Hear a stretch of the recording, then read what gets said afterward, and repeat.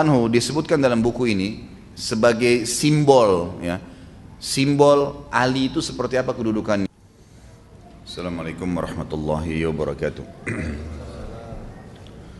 Alhamdulillah, tidak henti-hentinya kita mengucapkan kalimat ini, kehadirat Allah subhanahu wa ta'ala, Tuhan satu-satunya yang tidak ada sekutu baginya, Zat yang maha hidup, maha berdiri sendiri, Zat yang telah menciptakan seluruh yang di langit dan di bumi, dan yang kelihatan dan tidak kelihatan oleh panca indera manusia. Telah diajarkan oleh Nabi kita Muhammad SAW untuk selalu mengucapkan kalimat Alhamdulillah, dan ini kalimat rahasia seorang hamba diberikan dan ditambahkan nikmatnya. Maka sangat wajar kalau kita membaca Alhamdulillah, wassalatu wassalamu ala rasulillah, dan kita membacakan salawat dan taslim kepada Nabi SAW, juga karena Allah dan malaikat yang memberikan salam kepada beliau. Bahasan kita melanjutkan tentang sirah atau sejarah para sahabat Nabi, dan pada pagi ini kita berharap Allah subhanahu wa ta'ala berkahi majelis kita membahas Khalifah Rashidah yang keempat, Ali bin Abi Thalib radhiyallahu anhu. Sebelum membahas tentang beliau, ada beberapa hal yang saya ingin titik beratkan dulu. Yang pertama, ikhwan dan akhwat sekalian, sejarah-sejarah tokoh Islam, terutama kalangan raja-raja, kalangan orang-orang saleh, banyak sekali. Tidak ada umat yang sekaya umat Islam dalam informasi seperti ini. Kita kalau ingin mencari raja-raja yang terkenal orang Islam, banyak. Ingin cari orang kaya umat Islam, banyak. Ingin mencari orang pintar orang Islam, banyak. Nggak ada batasnya. Dan subhanallah, tidak ada umat seperti umat Islam yang pada figur satu orang itu berkumpul padanya hampir semua kelebihan ini. Ada raja, orang beriman, kaya raya, fisiknya sempurna, berani, banyak keturunan, berkumpul semuanya. Ada raja-raja, raja saja, punya wilayah kekuasaan, tapi apakah dia pintar? Apakah dia mendalami agamanya? Raja manapun, kaisar manapun Nasrani, tidak pernah bertemu antara seorang kaisar itu dengan kelebihan dia patuh dengan agamanya, seorang alimnya. Selalu dipisahkan dalam agama mereka antara seorang pemimpin sama orang yang alim. Kalau kita berbeda, dalam Islam ini luar biasa.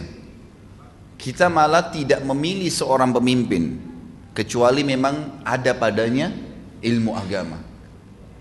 Dan kalau dia sudah paham ilmu agama, dia tahu agama menyuruh dia menjadi orang yang mampu untuk mengeluarkan zakat, disuruh membantu orang-orang, dia akan ada pertanggungjawaban hari kiamat dari perbuatan-perbuatan dia. Baik dia akan dapat balasan surga, buruk dia akan dapat hukuman. Dan kisah-kisah orang-orang yang akan kita sampaikan, yang kita akan sampaikan ini adalah Ali radhiyallahu anhu, dan sebelumnya dari Abu Bakar, Umar, Uthman. Ini orang-orang yang bersatu tadi semuanya. Udah pintar pendidikan agamanya, maksudnya pengetahuan agamanya sangat luas. Kemudian secara fisik mereka juga sempurna. Mereka secara iman tidak bisa ditanggulangi, tidak bisa lagi dibahas karena luar biasanya keyakinannya kepada Allah. Dan mereka raja, gitu kan. Mereka mencapai tingkat yang sering dikejar oleh orang-orang tanpa mereka jadwalkan sebelumnya.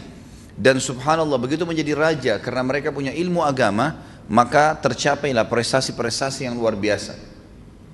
Telah sampai kepada kita dan sudah saya sampaikan alhamdulillah tentang bagaimana kehidupan Abu Bakar, bagaimana perannya, kiprahnya, bagaimana Umar, bagaimana Uthman, dan hari ini kita masuk ke Ali radhiyallahu anhu.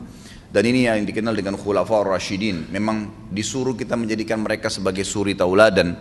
Maka bagi yang mencari figur kekuasaan raja, dia akan temukan di sini. Yang mencari figur keimanan, kezuhudan, ilmu agama, dia akan temukan nanti di sini. Kalau dia mencari seseorang yang memiliki kekayaan tapi memang dihabiskan di jalan Allah, juga ada di sini. Apa saja, seorang ayah yang berhasil, seorang suami yang berhasil, ada semua pada diri mereka.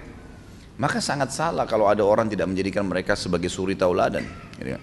Teman-teman sekalian, kita adakan tablik akbar ini bukan seremoni, bukan meramaikan masjid, bukan hanya saling mengajak satu sama yang lain, tapi kita harus mengikhlaskan niat kita dan kita mengambil pelajaran dari orang-orang ini. Abu Bakar, Umar, Uthman dan Ali, betul mereka sahabat Nabi, tapi mereka manusia seperti kita. Mereka punya dua mata, mereka punya dua tangan, mereka punya dua kaki. Mereka juga punya waktu 24 jam sebagaimana kita 24 jam. Bukan berarti para sahabat punya waktu 28 jam, lebih 4 jam dari kita. Tidak, sama saja. Dan kisah-kisah mereka dijaga oleh Allah Azza wa Jalla dan sampai kepada kita sekarang, itu untuk menjadi ibrah agar kita bisa menjadi seperti mereka. Ini hal mendasar yang saya ingin titik beratkan. Jadi kita di sini sedang mempelajari figur orang yang akan dijadikan sebagai suri tauladan. Di dalam Islam juga ada namanya nasab, jalur keturunan. Kita disuruh jaga jalur keturunan itu. Kata Nabi SAW, telusuri jalur keturunan kalian karena memudahkan kalian untuk silaturahim. Baik, ini perintah agama kita. Tapi ada satu poin ulama titik beratkan yang perlu difahamin. Ternyata ada yang lebih hebat daripada jalur nasab. Itu adalah jalur wahyu. Gitu kan. Jalur wahyu ini mengalahkan nasab. Mengalahkan nasab. Jadi Nabi Muhammad SAW harus didahulukan dari semua yang kita cintai. Diri kita, orang tua kita, anak-anak, harta, semua harus dikalahkan. Jadi semua muslim, mau dia suku apa, mau bahasanya apa, mau fisiknya seperti apa, tetap sama jalur wahyu nomor satu dalam hidupnya. Sehingga dia hidup dimanapun, wahyu jadi panduannya. Dan ini tidak dimiliki oleh agama yang lain. Bahkan agama Samawiyah profetis saja yang dulu, Yahudi dan Nasrani tidak memiliki ini, konsep ini. Mereka tidak punya konsep ini. Orang-orang yang dianggap belajar agama, ya sudah agama. Gak ada hubungannya antara agama dengan politik, gak ada hubungannya antara agama dengan ekonomi dan seterusnya. Makanya orang-orang barat sekarang bingung melihat umat Islam. Ini agama apa Islam ini? Semuanya dihubungkan dengan agama. Bangun tidur hubungkan dengan agama, mau makan hubungkan dengan agama, pakai baju hubungkan dengan agama, mau menikah hubungkan dengan agama, ekonomi, politik semua dengan agama. Sementara mereka tahunya tidak bisa agama dicampur baurkan dengan pemerintahan. Makanya mustahil bagi mereka seorang pendeta pastor jadi presiden, mustahil itu. Kalau kita terbalik, kita malah titik beratkan seorang alim yang kita sodorkan untuk menjadi pemimpin. Bahkan sampai sekarang para dai-dai kita sepakat, selama bukan orang alim yang kita pilih sebagai pemimpin, maka akan terjadi seperti sekarang. Jangan heran kalau tempat zina masih terbuka, khamr masih dibolehkan, media masih bebas. Ya pemimpinnya memang orang awam, wajar saja itu. Dan kalau bukan seorang alim ulama yang memimpin kita, kira-kira siapa yang akan memimpin? Tentu orang awam yang datang, gitu kan? Saya sudah jelaskan waktu itu dari sisi Abu Bakar, Umar, Uthman dan sekarang Ali radhiyallahu anhum ajma'in. Tidak ada subhanallah di antara mereka yang mahir sebelum dikenal Islam ilmu ekonomi. Gak ada waktu itu teknologi canggih. Tapi kiprah mereka dalam kehidupan bermasyarakat, bersosial, berekonomi, berpolitik luar biasa hanya karena landasannya wahyu. Makanya jalur wahyu ini mengalahkan jalur semua termasuk jalur nasab nih. Yang kita tahu tidak ada mantan orang tua, tidak ada mantan anak. Dalam Islam kita ditekankan untuk menjaga jalur tersebut, gitu kan? Gak boleh durhaka dengan orang tua, gak boleh orang tua bengkalikan kewajiban anaknya. Tapi itu pun dikalahkan dengan jalur wahyu. Dan ini hal mendasar yang sangat luar biasa, gitu. Yang sangat luar biasa. Baik, sebelum juga masuk ke Ali radhiyallahu anhu, saya ingin titik beratkan. Ada hal setelah saya review membaca tentang beliau. Jadi ini saya gabungkan antara apa yang saya pernah belajar di Madinah dulu, apa juga yang saya dapatkan informasi dengan buku yang sedang kita bedah tentunya. Dan saya sengaja memilih buku ini agar kita punya referensi. Kalau saya datang dengan tulisan tangan saya, nanti akhirnya akan ada lagi berita, Ustaz Khalid sebarin berita sembarangan. Kemarin ada yang sampaikan kepada saya, Ustaz ada katanya berita tentang Umar, masalah ini yang pernah antum sampaikan di Blok M kayaknya berbeda informasinya. Saya tanya, mana rujukannya akhi? Ada rujukan nggak? Selama ini kita pakai buku ini saya sampaikan, nih lihat riwayatnya di footnote ada, riwayat Bukhari, riwayat Tirmidzi, disebutkan dalam kitab ini, disebutkan dalam kitab itu. Ada rujukan, bukan dari saya menukil. Tetapi karena ini memang sudah diusahakan oleh penulis, saya melihat ya ijtihad beliau berusaha untuk bisa merangkum riwayat-riwayat yang dianggap sahih dan beliau keluarkan riwayat yang dianggap lemah, maka kita berani untuk menyampaikannya, gitu kan? Seperti itu gambarannya. Hal mendasar yang saya lihat dari pribadi Ali radhiyallahu anhu yang kita harus ambil pelajaran sebelum saya baca riwayat beliau adalah bagaimana setiap orang tua. Ini laki-laki yang hadir di sini, ikhwah. Kalau Allah mudahkan antum memiliki anak, maka usahakan mengkader dia menjadi calon pemimpin umat. Dalam arti kata begini, ada beberapa anasir, poin-poin untuk mencetak kader umat. Yang pertama sekali, jangan ukur kemampuan anak kita dengan kemampuan kita.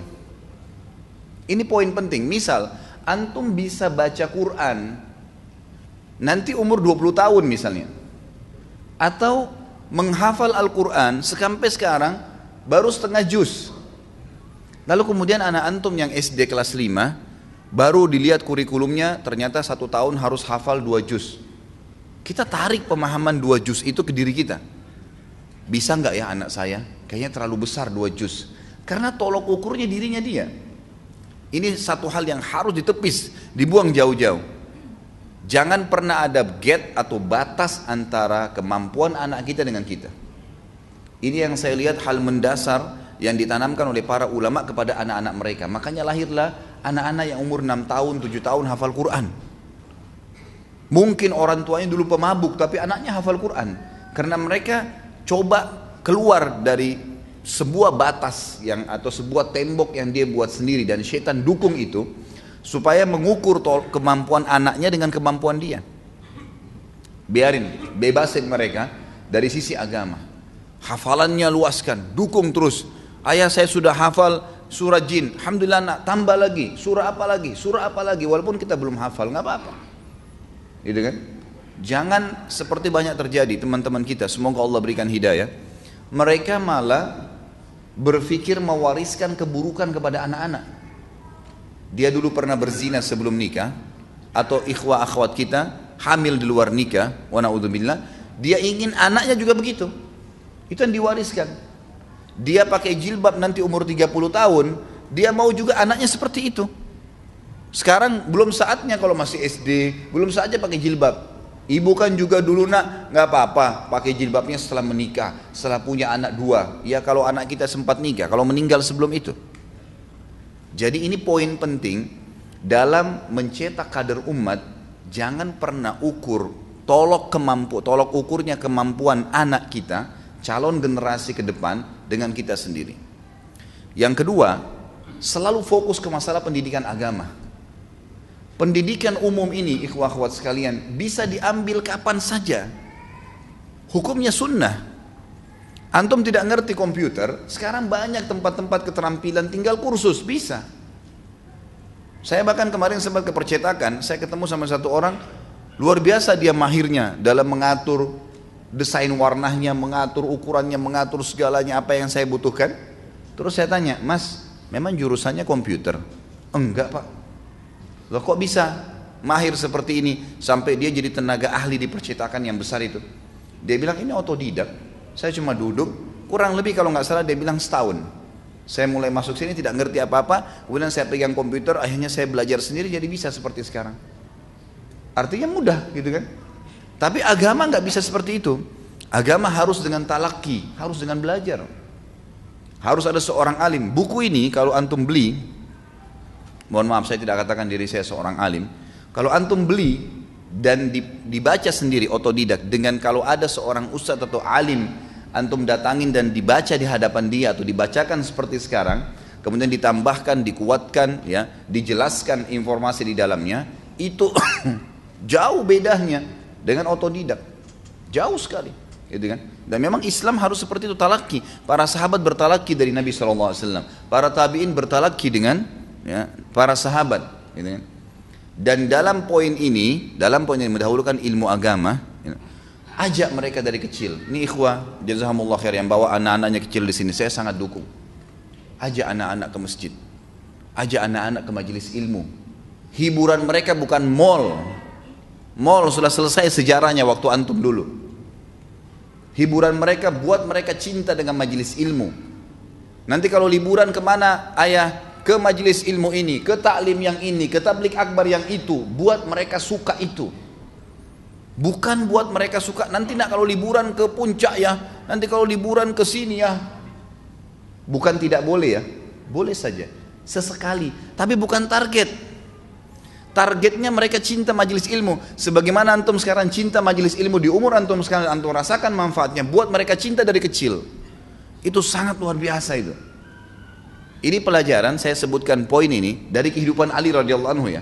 Nanti kita lihat, Ali radhiyallahu anhu ternyata memang adalah kader Nabi SAW. Bukan main-main.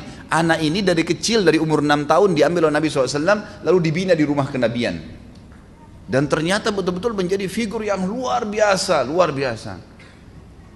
Saya kalau baca riwayat beliau, sampai sempat mau netesin air mata, bagaimana luar biasanya beliau. Kepribadian-kepribadian yang luar biasa yang tidak bisa digambarkan dan tidak kalah dengan 3 temannya sebelumnya. Semua punya kelebihan yang luar biasa. Utsman, Umar dan Abu Bakar radhiyallahu anhum ajma'in. Luar biasa figur-figur ini tercetak, terorbit betul-betul. Dan saya lihat poin ini yang difokuskan oleh Nabi sallallahu alaihi wasallam. Gitu kan? Nabi SAW tidak pernah membatasi Ali karena umur 6 tahun kemudian tidak disampaikan wahyu. Apa saja agama disampaikan. Apa saja. Saya kagum dengan seorang ikhwah pernah datang ke saya di Kalibata, saya pas selesai taklim, dia bilang, Ustaz, alhamdulillah saya bisa ikut pengajian Ustaz. Kenapa akhi? Sudah lama saya lihat di YouTube. Dan ini Ustaz, anak saya, ada anaknya mungkin kelas 2, kelas 3 SD. Kenapa anaknya Pak? Dia bilang ini anak saya, setiap malam kalau mau tidur saya dengarkan ceramah Ustaz. Awalnya. Sekarang Ustaz ketagihan, setiap mau tidur harus dengar ceramahnya Ustaz Khalid. Dan hampir semua ceramah sudah didengar sama dia dari YouTube. Gitu kan? Sekarang setiap malam dia ketagihan dengar ceramah. Itu kalau ayahnya mati, saya jamin sudah jadi amal jariah itu. Jadi yang diidolakan seorang alim, seorang dai, sekali lagi saya bukan katakan diri saya, siapapun ustadz ya, siapapun yang memang kebetulan ada, kita punya peluang, alhamdulillah. Cuma saya bahasakan diri saya di sini karena memang teman-teman di sini, alhamdulillah tim kita sudah ada yang memang langsung mengupload, gitu kan. Kalau ada ustadz yang lain silakan, siapa saja yang bisa berikan manfaat. Tapi memang harus ilmu agama di sini. Fokusnya adalah masalah ilmu agama. Itu kewajiban. Sementara ilmu lain itu umum. Ilmu lain umum. Yang ketiga, hubungkan antara fasilitas yang diberikan kepada anak-anak itu dengan prestasi. Dengan prestasi. Kalau kamu hafal 5 juz ayah berikan sepeda. Emang begitu. Apa yang dia minta? Ayah minta ini. Baik, syaratnya ya 2 juz Quran. Nih surah ini nak hafalnya. Selalu Quran. Kalau sudah hafal Quran, sekian 10 hadis. Setiap bulan 10 hadis kasih duit, nggak apa-apa. Oh nanti Ustaz dia tidak ikhlas. Itu bukan masalah ikhlas atau tidak ikhlas. Tidak ada hubungannya orang keikhlasan dengan terima duit. Kalau seandainya kita mau bicara keikhlasan, maka tidak perlu ada yang berinfak. Sekarang kalau misalnya satu orang berinfak di jihad di jalan Allah nih, dia keluarin duitnya, dia berikan kuda, unta semua. Terus orang yang terima, gimana orang yang terima itu? Berarti dia tidak ikhlas karena dia terima dari orang lain. Enggak ada hubungannya. Ikhlas itu bicara masalah hati. Kalau begitu semua dosen nggak boleh terima gaji dong. Nggak ada hubungannya itu. Jadi hubungkan prestasi dia dengan sesuatu, gitu kan? Maksudnya hubungkan fasilitas itu dengan prestasi, ini penting, gitu kan? Jadi berikan support, maka ini penting sekali. Hubungkan dan selalu prestasinya hafal Quran, hafal Quran, hafal Quran. Ya, ikut di majelis ilmu. Kalau ada sesuatu yang positif terus, ada pertanyaan masalah agama terus didukung, seperti itu. Saya melihat di sini bahwasanya Ali radhiyallahu anhu terbentuk, ya, memang sejak dini, karena umur 6 tahun diambil oleh Nabi SAW. Setelah Nabi SAW melihat Abu Talib pamannya memiliki anak yang cukup banyak, dan Nabi SAW sudah menikah dengan Khadijah dan punya kemampuan.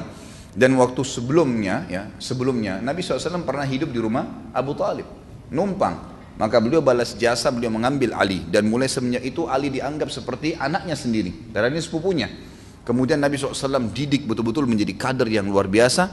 Dan kita bisa lihat hasil pendidikan itu dari apa yang kita pelajari nantinya. Saya bilang di sini, mendidik anak sejak dini di atas ilmu dan iman akan melahirkan ulama yang kokoh dan kekar nantinya. Juga pengalaman ilmu yang benar hanya akan melahirkan kebaikan. Kalau dia terbiasa dengan kebaikan-kebaikan ilmu, nanti dia akan terbentuk dengan ilmu itu, gitu.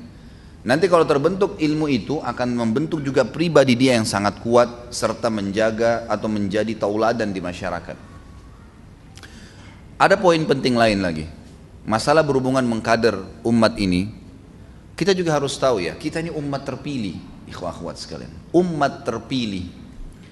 Wallahi ikhwah-akhwat sekalian, agama yang kita anut ini agama yang paling benar. Inna dina indallahil Islam. Gak ada yang lain. Agama yang antum anut ini, yang antum sekarang sedang pelajari halal haramnya, yang antum terapkan dalam kehidupan sehari-hari, antum hati-hati dari pelanggarannya dan antum kerjakan yang diperintahkan, adalah agama yang paling benar. Allah mengatakan agama di sisi Allah hanya Islam. Dalam ayat lain, a'udzu minasyaitonir rajim, wa may yabtaghi ghairal islami dinan falan yuqbala min wa huwa fil akhirati minal khasirin. Siapa yang coba-coba pilih selain Islam sebagai agamanya tidak akan diterima darinya. Jadi tidak perlu cari ajaran lain. Tidak perlu sibukkan dengan yang lain dan bangga dengan agama ini. Serta orang Islam, umat Islam ini telah jelas dalam wahyu dijanjikan kemenangan dan akan memimpin dunia. Kita ini pemimpin dunia, cuma sekarang lagi dinina-bobokkan saja. Harus bangun. Firman Allah Subhanahu wa taala yang berbunyi, A'udzubillahi minasyaitonirrajim. Mohon maaf, ini hadis Nabi sallallahu alaihi wasallam. Innallaha la yughayyiru ma biqaumin hatta yughayyiru ma bi anfusihim. Ayat ini Al-Qur'an. Allah tidak akan mengubah satu umat sampai mereka mengubah diri mereka sendiri. Ayat ini mengandung dua makna. Jangan difahami satu makna saja. Selama ini banyak ikhwah, bahkan saya temukan dai-dai yang memahami ayat ini maksudnya adalah kaum yang rusak, mereka tidak akan bisa menjadi baik kecuali mereka mengubah diri mereka sendiri jadi baik. Satu sisi. Sisi yang lain mereka tidak bahas. Sisi yang lain kalau kita kembali kepada induk-induk buku tafsir, ulama-ulama kita sebutkan, ini juga terjadi kalau ada orang baik, kemudian dia ubah dirinya menjadi buruk. Ini terjadi dari dua sisi. Gitu kan? Makanya poinnya adalah orang-orang yang berbuat baik pun masih terbuka pintu untuk menjadi buruk. Dan tidak akan pernah bisa berubah nanti kembali lagi menjadi baik kecuali dia bergerak. Dalam agama kita ini adalah agama yang bergerak, agama yang harus ada upaya. Saya kasih contoh. Apa hubungannya ikhwah akhwat sekalian antara tongkatnya Nabi Musa dengan berdirinya air di Laut Merah? Kira-kira pertanyaannya, apakah tongkat yang bisa menaikkan air? Nabi Musa kayak menaikkan air? Itu satu pertanyaan. Pertanyaan yang lain lagi, apakah tanpa mencambukkan tongkat di Laut Merah Allah nggak bisa buat air berdiri? Bisa, gitu kan? Tapi kenapa ada proses menghantam tongkat ke pinggir laut? Karena Allah mau kita bekerja, kita berusaha. Usahanya itu tidak ketemu, tidak berimbang dengan hasilnya. Tongkat dihantam ke laut, tidak ada hubungannya tongkat itu. Tapi hasilnya air naik, selamat mereka. Artinya bahwa wahai umat Islam, jangan tidur terus, bergerak. Banyak kita menghayal, nanti akhir zaman kita memimpin. Akhir zaman kapan? Antum sudah akhir zaman sekarang. Mau tunggu kapan akhir zaman itu? Apakah kita memberikan kesempatan nanti orang-orang yang setelah kita untuk membangun generasi umat ini dan peradabannya kembali, atau kita yang harus membangun sekarang? Dari sekarang, supaya kita punya andil, gitu kan? Supaya kita punya andil, jangan tidur terus gitu. Umat Islam ini umat yang sudah dijanjikan kemenangan, dijanjikan memimpin dunia dan wahyu ini, bukan main-main ini. Ini bukan janji dari seorang dokter, seorang tulisan saja biasa, enggak, gitu kan? Kita harus yakin dengan masalah itu. Berarti umat ini umat yang mau'ud, yang sudah dapat janji yang luar biasa atas kemenangan. Maka kita tinggal kita nunggangin itu. Kita tunggangin, maka kita harus mulai sekarang membangun itu. Peradaban-peradaban Islam mulai dihidupkan kembali, gitu kan? Kembali, dan kita lihat subhanallah, masa-masa turutnya Islam itu pada saat mereka sudah mulai meninggalkan apa yang telah Allah perintahkan. Selama mereka masih mempertahankan hukum Allah, Allah berfirman, ya, la'aglibanna ana wa rusuli, dalam Al-Quran dikatakan, a'udzubillahi minasyaitonir ayat, la'aglibanna ana wa rusuli, kata Allah SWT, saya pasti akan memberikan kemenangan dan pertolongan seluruh rasulku. Maksudnya apa? Allah akan tolong agamanya. Siapa yang memimpin, siapa yang menjalankan hukum Allah, Allah akan tolong dia. Kapan kata ulama keluar dari kriteria ini, walaupun dia pemimpin muslim, walaupun prajuritnya banyak, tapi kalau negaranya sudah mulai keluar dari hukum Islam, maka Allah akan hancurkan. Masa kejayaan Islam, Khulafaur Rasyidin, kokoh mereka. Di Madinah, kota kecil bisa runtuhkan Darul Bayda di Persia. Ibu kotanya Persia. Pasukan Islam yang dikirim oleh Umar bin Khattab 12.000 orang melawan 250.000 orang Persia. Persia membangun kejayaan mereka setelah 2000 tahun memimpin, runtuh dalam waktu 2 bulan. Runtuh dalam waktu 2 bulan, gitu kan? Bagaimana Allah SWT berikan gambaran kepada kejayaan umat ini sebenarnya ada. Selama mereka berpegang, ya kan? Saudi sekarang, kalau mereka terus mempertahankan hukum Islam, hukum Allah, Allah akan terus berikan kejayaan. Kapan ada pelanggaran, hancur lagi.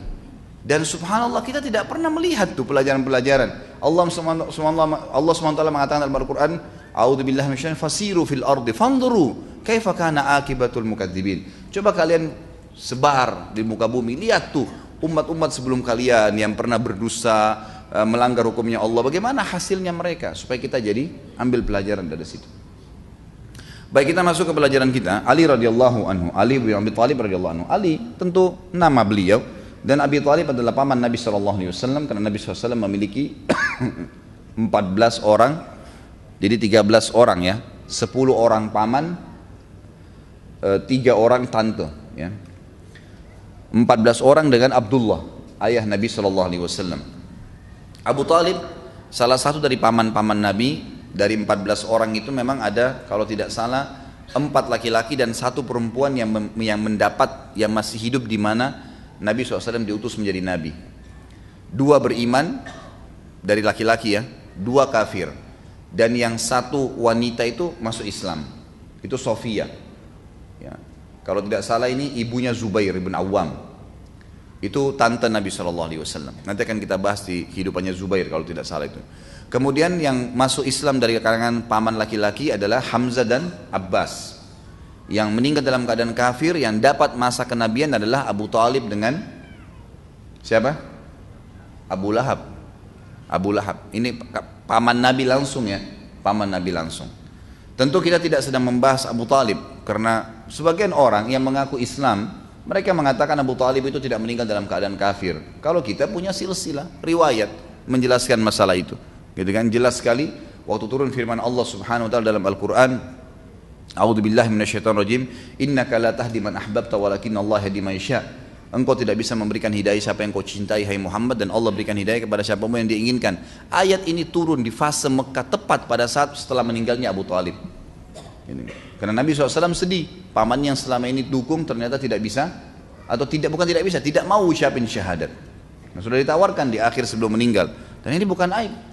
Ya, Nabi Ibrahim alaihissalam ayahnya Azar meninggal dalam keadaan kafir.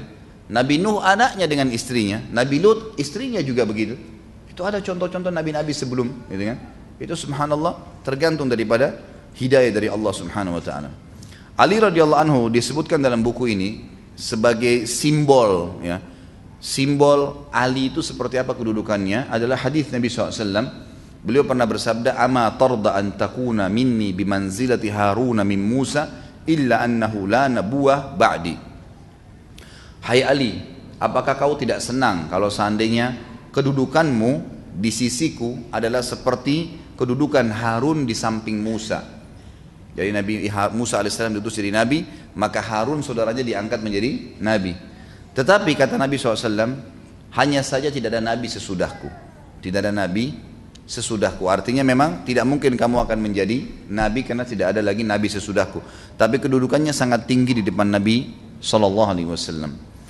Terbentuk kejiwaan yang luar biasa dari Ali, keimanan, kesucian, ya, perilaku, tingkah laku, akhlak, semua karena memang dikader dan dicetak oleh Nabi SAW di rumah Nabi SAW. Jadi kata para ulama, kalau kita mau lihat pribadi Nabi SAW lebih jauh lagi, kita bisa lihat juga pribadi Ali. Karena Ali radhiyallahu anhu ini memang lihat besar di rumah Nabi SAW. Para ulama menyebutkan, dan disepakati ulama-ulama sirah maksudnya, menukil kepada kita bahwasanya di Mekah, fase Mekah, pada saat Nabi SAW menerima perintah tentang sholat malam, ya, disuruh sholat malam, waktu turun dua surah Al-Muzammil dengan Muddathir, maka Nabi SAW disuruh, Qumil laila illa qalila nisfahu aw inqus minhu qalila, bangunlah sholat malam hai Muhammad, setengahnya atau bahkan kurangin sedikit dari itu. Maka Nabi SAW sering kali bangun sholat malam dan sering kali mengerjakan sholat malam itu di luar Mekah, dan selalu diikuti oleh Ali radhiyallahu anhu. Ali selalu mengikuti beliau pada saat itu. Jadi belum ada orang yang mengerjakan sholat di Mekah kecuali Nabi SAW dan diikuti oleh Ali pada saat itu. Maka sempat satu kali Abu Talib mengikuti keduanya secara diam-diam lalu melihat mereka mengerjakan sholat. Lalu Abu Talib bertanya setelah itu, wahai ponakanku, bertanya kepada Nabi SAW, agama apa yang sedang kamu anut ini? Kata Nabi SAW, pamanku ini adalah agama Allah, agama malaikat-malaikatnya, agama rasul-rasulnya, dan agama bapak kita Ibrahim yang telah memimpin di Mekah. Allah mengutusku dengannya kepada hamba-hambanya. Wahai pamanku, engkau adalah orang yang paling pantas bagiku untuk memberikan nasihat, atau aku berikan nasihat kepadanya, mengajaknya kepada hidayah. Engkau lah yang paling pantas untuk menjawab seruanku dan mendukung atasku. Maka Abu Talib berkata, keponakanku, aku tidak kuasa meninggalkan agama nenek moyangku dan apa yang mereka lakukan selama ini, tapi tidak akan ada apapun yang tidak kamu sukai yang akan menimpamu selama aku masih hidup. Lalu Ali bin Abi Thalib pada saat itu sebagai putra, ya, dihadapkan, atau Abu Talib menghadap ke putranya sambil berkata, anakku, agama yang engkau ikuti ini agama apa? Lalu Ali menjawab dengan umur yang masih kecil, anakku, aku beriman kepada Allah dan kepada Rasulnya, aku mempercayai apa yang dibawa oleh Muhammad, aku sholat bersamanya karena Allah dan aku mengikutinya. Maka Abu Talib berkata akhirnya, dia tidak akan mengajakmu kecuali kepada kebaikan, maka ikutilah dia terus, jangan berpisah dengannya. Ini disebutkan dalam Sirah Ibnu Hisham dengan sanad yang sahih tentang masalah, ya, terjadinya dialog tersebut antara Abu Talib dengan anaknya juga dengan Nabi SAW. Ada beberapa gelar yang disebutkan oleh Nabi SAW kepada Ali radhiyallahu anhu. Ya. Ali radhiyallahu anhu mendapat gelar yang disebutkan oleh Nabi SAW. Yang pertama adalah gelar syahid, artinya dia akan mati syahid. Disebutkan di dalam sebuah riwayat, dan riwayat ini riwayatkan oleh Imam Muslim nomor 2417 dan Imam Tirmidzi 3696. Waktu Nabi SAW berada di bukit, ya, yang ada gua Hiranya, gunung, maksudnya Gunung Nur, ya, Jabal Nur biasa orang bilang. Pada saat itu Nabi SAW pernah berjalan ke sana, kemudian bersama Abu Bakar, Umar, Uthman, Ali, Talha dan Zubair di fase Mekah. Tiba-tiba ada sebuah batu goncang. Tiba-tiba ada sebuah batu di dekat mereka, besar goncang. Maka kata Nabi SAW sambil menunjuk batu itu, ihda fama alaika illa nabiyyun aw siddiqun aw syahid. Tenanglah, karena di atas gunung ini, di dekatmu hai batu, tidak ada yang lain kecuali seorang nabi, seorang siddiq Abu Bakar, dan yang lainnya orang-orang yang akan mati syahid. Di sini maksudnya adalah Umar, Uthman, Ali, Talha, Zubair, dan subhanallah lima-limanya mati syahid. Sebagaimana sabda Nabi SAW. Jadi ini julukan atau gelar pertama yang Nabi SAW sampaikan, berita gembira kepada Ali semasa dia masih kecil di Mekah, ya, kan? Karena memang Ali beda jauh umurnya dengan Abu Bakar, dengan Umar, gitu kan? Dia masih anak-anak sekali. Nabi SAW dengan Abu Bakar sama Umar bedanya cuma 2 tahun, 3 tahun, gitu kan? Tapi kalau Ali beda jauh sekali. Nabi SAW diutus menjadi Nabi, sementara Ali itu masih kecil sekali. Kemudian juga Nabi SAW telah memberikan gelar, atau ya, gelar sebenarnya di sini disebutkan gelar, ya, gelar kealiman. Dia akan menjadi seorang alimnya kaum muslimin.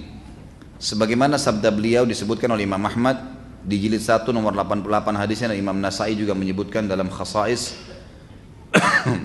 dan Al-Adawi mengatakan sahih dengan kumpulan jalan periwayatnya. Kata Nabi SAW kepada Ali, idhab fa inna Allah ta'ala sayuthabbitu lisanaka wa yahdi qalbak Nanti riwayatnya lebih lengkap setelah ini, karena ada penjelasan nanti. Jadi satu waktu pernah Ali radhiyallahu anhu diutus ke Yaman, kemudian untuk menjadi dai. Lalu Ali berkata, ya Rasulullah, saya lebih muda dari mereka, bagaimana bisa saya menggurui mereka? Lalu kata Nabi SAW, pergilah, karena sesungguhnya Allah akan menunggukan lisanmu dan membimbing hatimu. Artinya kau akan mendapatkan ilmu dari Allah Subhanahu wa taala yang kau akan bisa membimbing mereka. Penulis ini mengatakan ini juga termasuk gelar Nabi SAW. Dia akan menjadi seorang alim. Dia akan menjadi seorang alimnya ulama, alimnya sahabat. Yang ketiga, dapat jaminan surga. Sebagaimana sabda Nabi SAW disebutkan oleh Imam Ahmad dan disahihkan oleh Syekh Albani di silsilah hadis sahih atau sahihul jami' nomor 50. Yang kata Nabi SAW, Abu Bakar fil jannah, wa Umar fil jannah, wa Uthmanu fil jannah, wa Aliyun fil jannah, wa Talhatun fil jannah, wa Zubairu fil jannah, wa Abdurrahman bin Auf fil jannah, wa Sa'd bin Abi Waqqas fil jannah, wa Sa'id bin Zaid fil jannah, wa Abu Ubaid bin Jarrah fil jannah. Ini 10 orang yang masuk surga. Abu Bakar pasti masuk surga, Umar dijamin masuk surga, Uthman dijamin masuk surga, Ali dijamin masuk surga, Talha dijamin masuk surga, Zubair dijamin masuk surga, Abdurrahman bin Auf dijamin masuk surga, Sa'ad bin Abi Waqqas dijamin masuk surga, Sa'id bin Zaid dijamin masuk surga, dan Abu Ubaidah bin Jarrah dijamin masuk surga. Saksi bahasan kita ada di sini Ali, salah satu dari 10 orang yang dijamin masuk surga. Yang keempat, Nabi SAW memberikan julukan kepada Ali pelaksana amanah beliau. Pelaksana amanah beliau. Jadi Nabi SAW kalau ingin sesuatu apapun selalu Ali yang didahulukan. Selalu Ali yang didahulukan. Artinya Ali didahulukan sini untuk mengerjakan apa yang merupakan tugas beliau Sallallahu Alaihi Wasallam. Dikatakan atau disebutkan dalam riwayat yang sahih, riwayat Imam Ahmad dan Imam Tirmidzi. Kalau Imam Ahmad di jilid 4 nomor hadisnya 165, kemudian Imam Tirmidzi di nomor hadis 3719, dan ini dihasankan oleh Syekh Albani dalam Sahih Al-Jami' nomor 4091, di mana Nabi SAW mengatakan, Aliyun minni wa ana min Ali wa la yuaddi anni illa ana au Ali. Ali adalah bagian dariku, artinya dia adalah orang yang selalu aku tugaskan, dan aku bagian juga dari Ali. Makanya kalau aku tidak ada, Ali bisa mengambil keputusan itu. Tidak ada yang menunaikan untukku selain aku sendiri atau Ali. Artinya Ali selalu didahulukan oleh Nabi Sallallahu Alaihi Wasallam dalam masalah apapun yang berhubungan dengan masalah pekerjaan ini.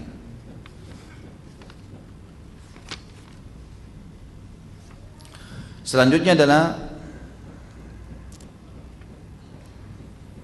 ada sedikit juga berhubungan dengan masalah kepercayaan Nabi SAW, atau tadi doa Nabi SAW agar dia menjadi alim. Ada riwayat ditambahkan di sini, pada saat Abu Talib meninggal dunia, di dalam riwayat yang disebutkan oleh Imam Ahmad juga dan Abu Ya'la dalam musnadnya, serta Al-Adawi mengatakan hasan hadis ini atau riwayat ini. Waktu Abu Talib meninggal, maka Ali pun menghadap kepada Nabi SAW lalu berkata, pamanmu yang sepuh sudah meninggal.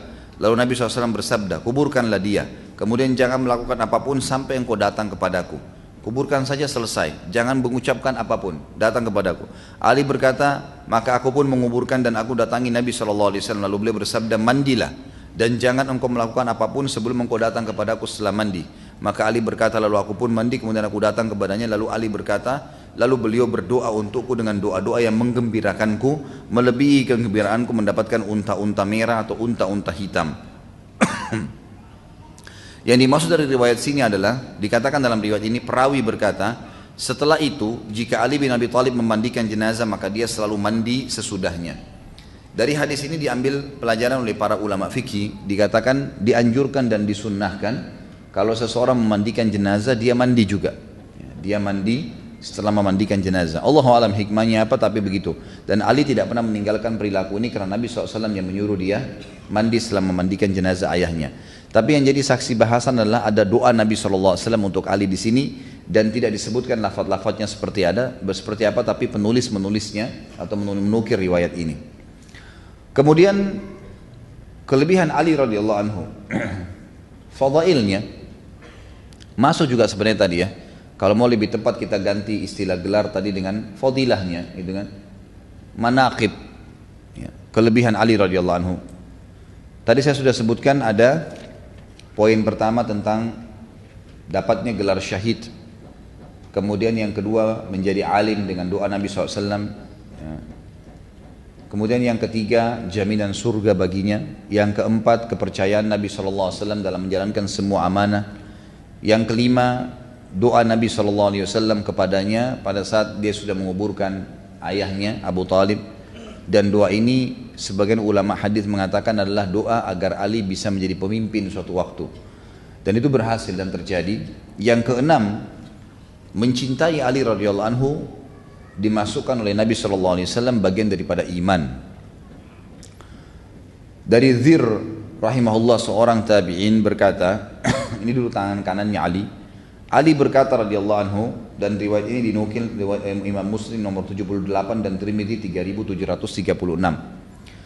Ali pernah khutbah di atas mimbar, kemudian dia mengeluarkan dari sabuk pedangnya sebuah kulit unta yang di dalamnya ada kulit yang terdiri dari tulisan dan gigi-gigi unta.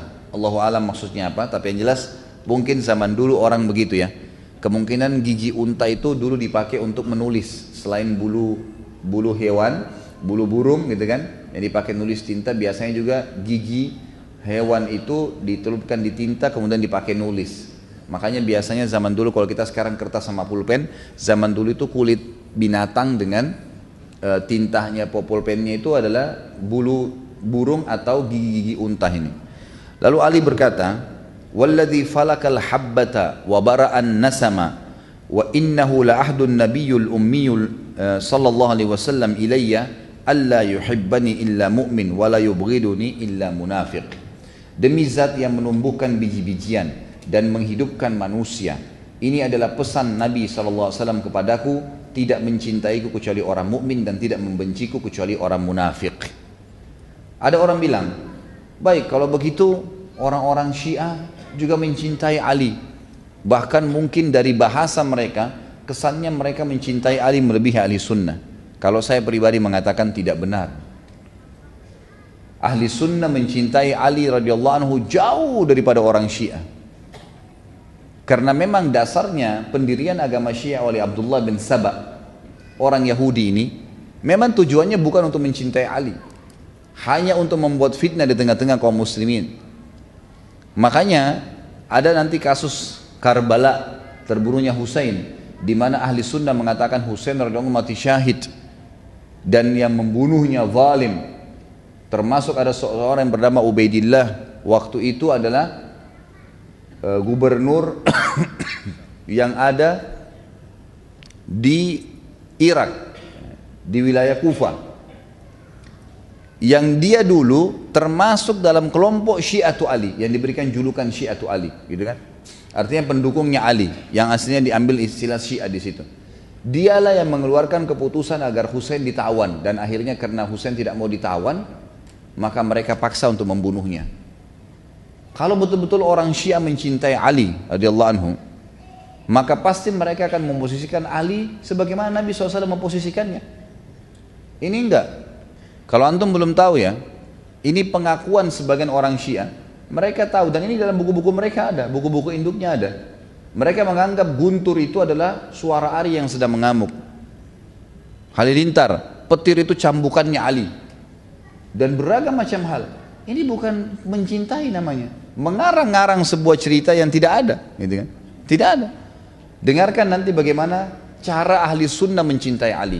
Seperti yang kita lakukan ini, menukil apa yang benar tentang beliau, lalu dijadikan sebagai pedoman hidup.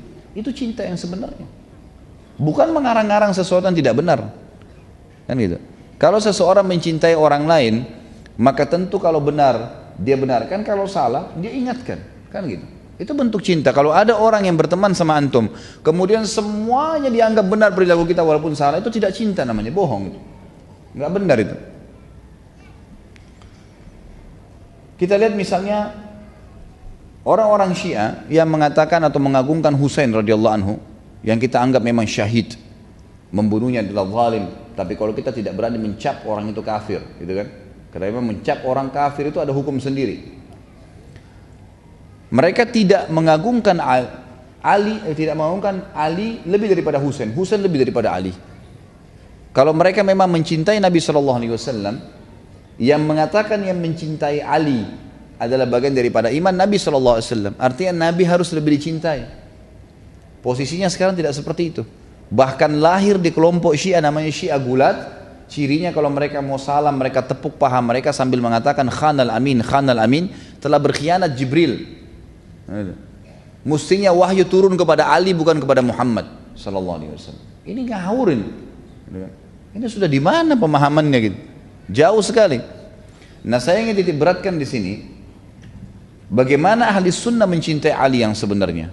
Kita lihat sekarang poin demi poin, kita akan jelaskan bagaimana ahli sunnah menukil dengan fair, dengan apa adanya riwayat kebaikan-kebaikan Ali radhiyallahu anhu, dan kita selalu bertaraddi mengatakan radhiyallahu anhu dan juga kepada seluruh sahabat tidak terkecuali, dan kita mengambil hal-hal yang sangat positif dari mereka untuk kita jadikan sebagai suri tauladan. Nabi SAW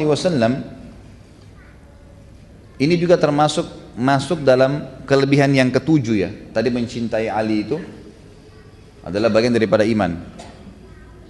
Kelebihan yang ketujuh ditungkil oleh penulis di sini adalah bagaimana Nabi SAW mendidik Ali secara langsung, dan ini sering kali terjadi hampir di setiap lini kehidupan Ali radhiyallahu anhu, dan semua sahabat tidak seperti ini. Sahabat kadang-kadang momen-momen tertentu. Karena Ali tinggal di rumah Nabi SAW sebelum menikah, dan setelah menikah pun menikahnya dengan Fatimah, anak Nabi SAW, maka otomatis interaksinya akan sering.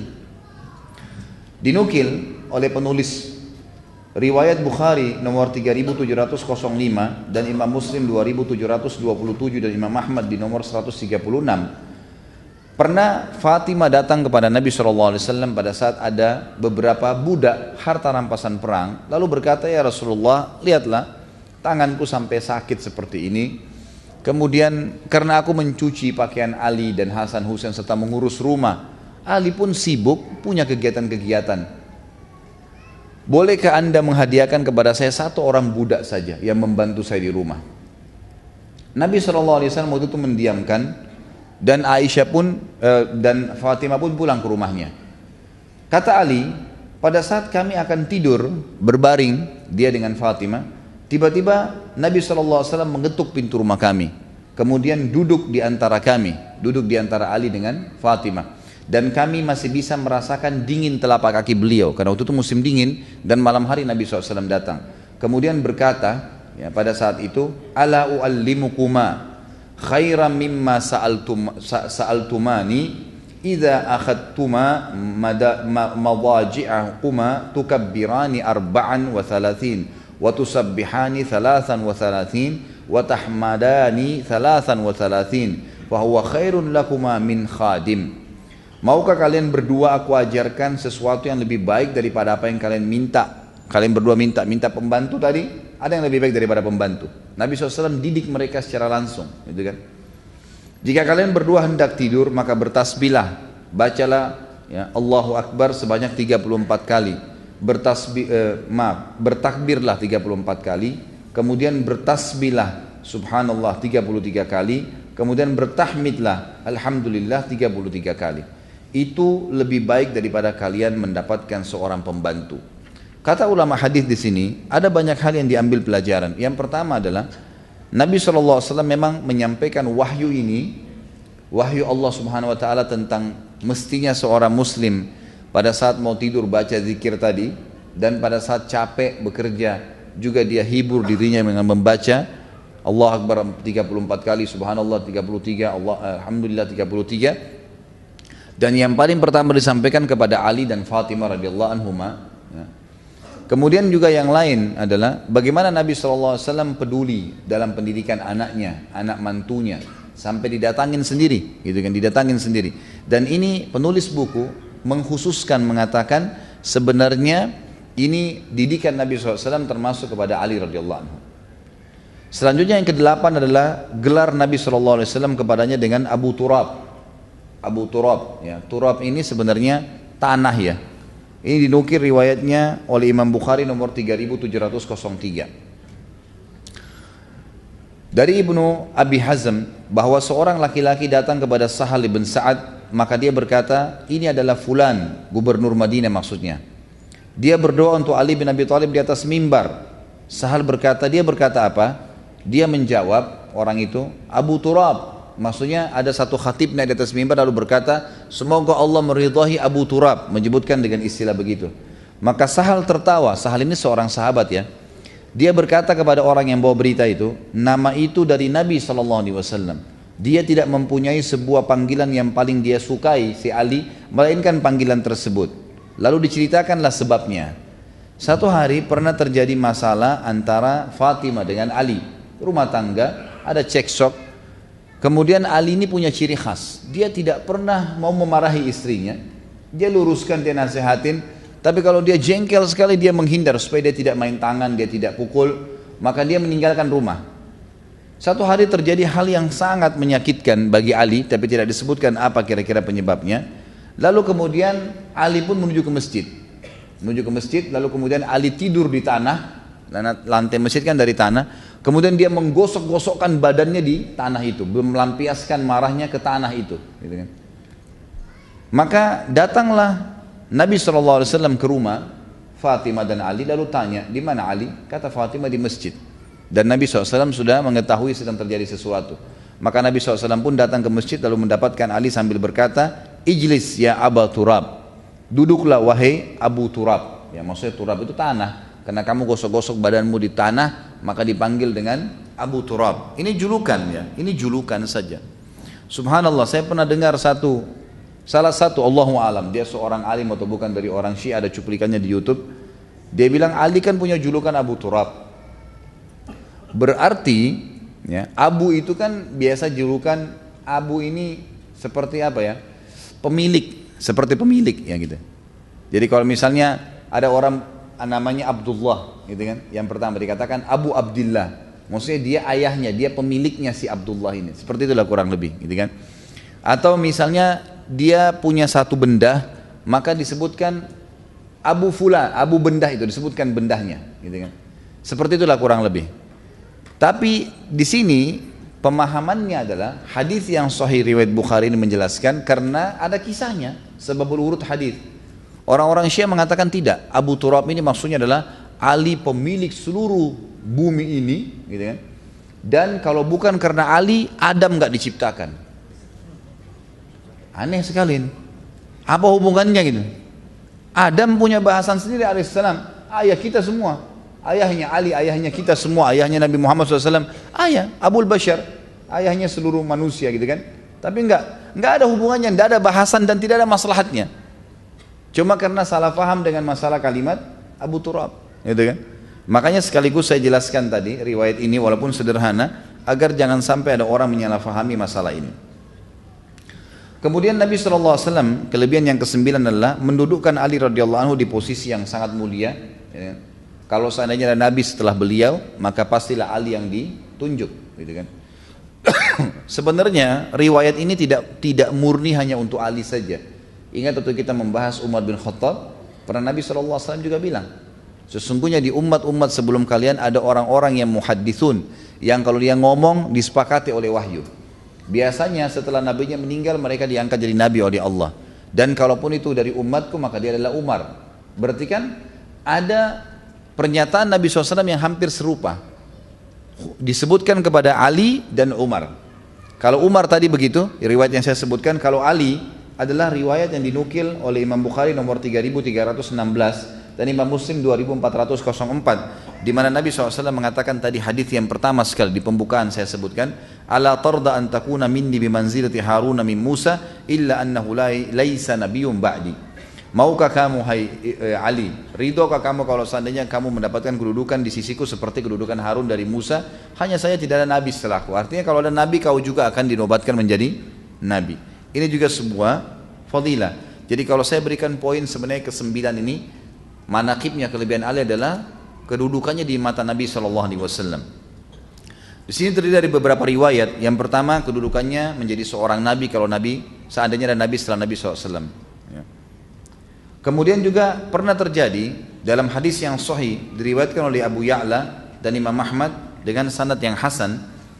Sa'ad bin Abi Waqqas radhiyallahu anhu, salah satu yang dijamin surga juga, berkata, aku sedang duduk di masjid, aku bersama dua orang laki-laki bersamaku dan kami sempat membicarakan tentang Ali yang kayaknya kurang patut, kurang tepat gitu. Maka Nabi SAW datang kepada kami pada saat lewat dan mendengarkan apa yang sedang kami bicarakan, maka beliau marah. Kemarahan Nabi SAW tersebut terlihat di wajahnya dan beliau berkata, malakum wa mali, man adza aliyan faqad adzani. Apa urusan kalian denganku? Kemungkinan kata ulama hadis adalah orang-orang ini sedang membicarakan tentang pernikahan Ali dengan Fatimah. Kenapa kok Ali yang diterima lamarannya? Karena waktu itu Fatimah sempat dilamar oleh beberapa orang sahabat, tapi Nabi SAW memilih Ali. Poin itu yang sedang dibahasakan, sedang dibicarakan. Makanya Nabi SAW mengatakan, waktu itu kan Nabi yang nikahkan. Maka Nabi mengatakan, apa urusannya kalian dengan keputusanku? Barang siapa yang menyakiti Ali, berarti dia telah menyakitiku. Artinya Ali sekarang sudah jadi anak mantuku. Kalau ada yang bilang memprotes kenapa saya nikahkan Fatimah sama Ali, berarti seakan-akan menyakiti aku, menyakiti Ali juga. Nggak ada gunanya, untuk apa? Gitu kan? Jadi ini memahami makna hadis seperti itu. Kalau ada yang selain daripada ini maknanya Allahu alam, tapi ini yang saya ketahui. Kemudian yang ketiga riwayatnya, tentu masih poin 9 ya. Kedudukan Ali di sisi Nabi SAW, pertama dianggap sebagai Nabi kalau Nabi SAW meninggal, kalau ada Nabi.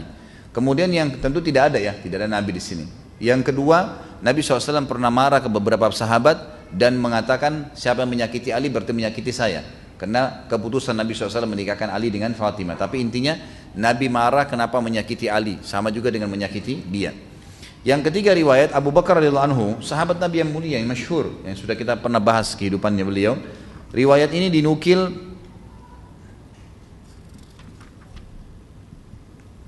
oleh Imam Ahmad dengan sanad yang hasan. Maaf, sanad dengan hadis sanad yang sahih. Kalau yang pegang buku bisa dilihat di halaman 349.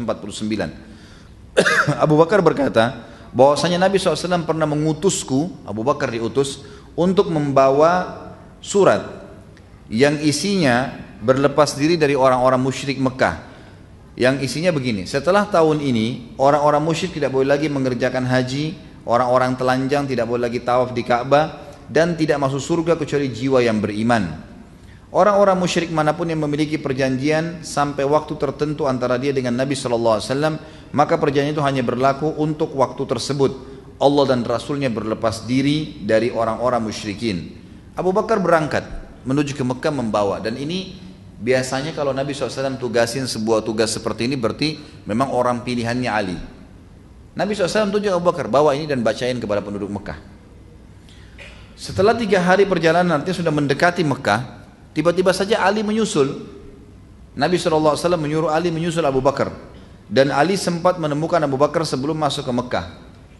Lalu Ali pun memberikan surat lain kepada Abu Bakar, yang surat tersebut berisi, wahai Abu Bakar, serahkanlah suratku kepada Ali dan biarkan dia yang membaca itu ke penduduk Mekah. Ringkas cerita, Abu Bakar pun memberikan surat tersebut, lalu kemudian Ali membacakan. Setelah itu orang-orang Mekah tahu keputusan Nabi SAW, lalu keduanya pulang ke Madinah. Waktu tiba di Madinah, Abu Bakar langsung menangis di hadapan Nabi SAW. Kita tahu Abu Bakar adalah orang yang baka, yang suka sekali menangis, dan beliau pekah sekali. Beliau mengatakan, ya Rasulullah, apakah ada sesuatu yang salah dariku? Kenapa kok aku tadi yang engkau utus, kemudian engkau gantikan dengan Ali, padahal aku sudah tiba di Mekah, tinggal dibacain saja. Aku merasa itu sebuah tugas yang mulia. Lalu kata Nabi SAW, ma hadatha fika illa khair. Tidak ada apa-apa ya Abu Bakar, kamu selalu baik saja di mata saya, nggak ada yang salah. Tapi kata Nabi, walakin umirtu alla yuballighahu illa ana au rajulun minni.